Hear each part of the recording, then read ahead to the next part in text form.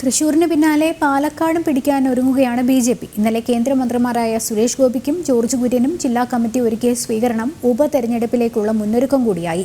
ഉപതെരഞ്ഞെടുപ്പിൽ പാലക്കാടും ചേലക്കരയും വിജയിച്ചാൽ അടുത്ത തെരഞ്ഞെടുപ്പിൽ കേരളം പിടിക്കുമെന്ന് കേന്ദ്രമന്ത്രി സുരേഷ് ഗോപിയും ബി.ജെ.പി. സംസ്ഥാന അധ്യക്ഷൻ കെ സുരേന്ദ്രനും പറഞ്ഞു. ദേശീയ ജനാധിപത്യ സഖ്യ സർക്കാർ അധികാരത്തിൽ ഉണ്ടാവണമെന്ന് ആഗ്രഹിക്കുന്ന വലിയ ശതമാനം ജനങ്ങൾ, അങ്ങനെയുള്ള ജനങ്ങൾ കേരളത്തിൽ എല്ലായിടത്തുമുണ്ട്.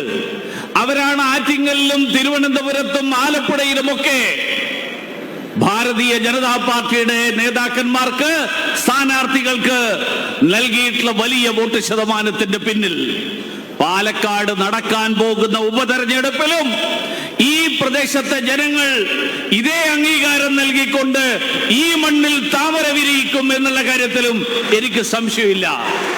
പാലക്കാട് ഉപതെരഞ്ഞെടുപ്പിലും താമര വിരിയുമെന്ന് പറഞ്ഞ് മുൻ കേന്ദ്രമന്ത്രി വി മുരളീധരനാണ് നിയമസഭാ ഉപതെരഞ്ഞെടുപ്പിനെ കുറിച്ച് ആദ്യം പ്രതികരിച്ചത്.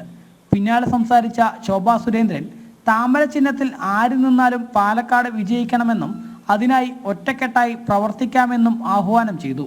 പല മാധ്യമങ്ങളും ചോദിക്കുന്നുണ്ട്, ആരാണ് പാലക്കാടിലെ സ്ഥാനാർത്ഥി? ഞാൻ പറയാൻ ആഗ്രഹിക്കുന്നു, സ്ഥാനാർത്ഥി ആരുമാകട്ടെ, ഇവിടെ ഇരിക്കുന്ന നിങ്ങളുടെയും എന്റെയും ചുമതല, ഇവിടെ ഇരിക്കുന്ന ഈ രണ്ട് മന്ത്രിമാർ ഉൾപ്പെടെയുള്ളവർ നമ്മളോടൊപ്പം നിന്നുകൊണ്ട് പറയും, താമര ചിഹ്നത്തിൽ ആര് നിന്നാലും പാലക്കാട് നിന്ന് വിജയിക്കണം.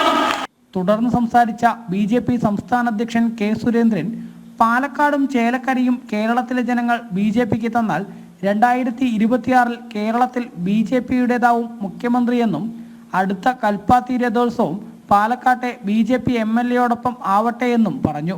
എനിക്ക് പാലക്കാടുകാരോട് അഭ്യർത്ഥിക്കാനുള്ളത്, കൽപ്പാത്തി രഥോത്സവം പാലക്കാട്ടുകാരുടെ മാത്രം കാര്യമല്ല, കേരളത്തിന്റെ ആകെ ഒരു വലിയ മഹത്തായിട്ടുള്ള പാരമ്പര്യമുള്ള ഉത്സവമാണ്. ആയിരക്കണക്കിന് വർഷത്തെ വലിയ പാരമ്പര്യം കൽപ്പാത്തി രഥോത്സവത്തിനുണ്ട്.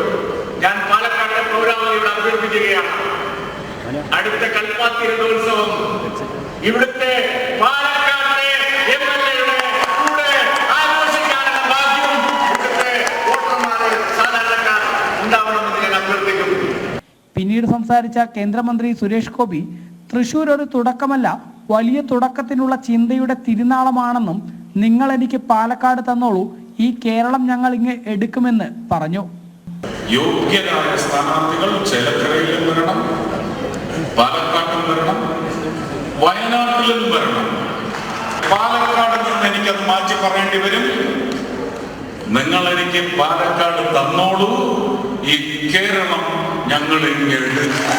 കഴിഞ്ഞ നിയമസഭാ തെരഞ്ഞെടുപ്പിൽ മെട്രോമാൻ ഇ ശ്രീധരൻ 3000 വോട്ടുകൾക്കാണ് പാലക്കാട് പരാജയപ്പെട്ടത്.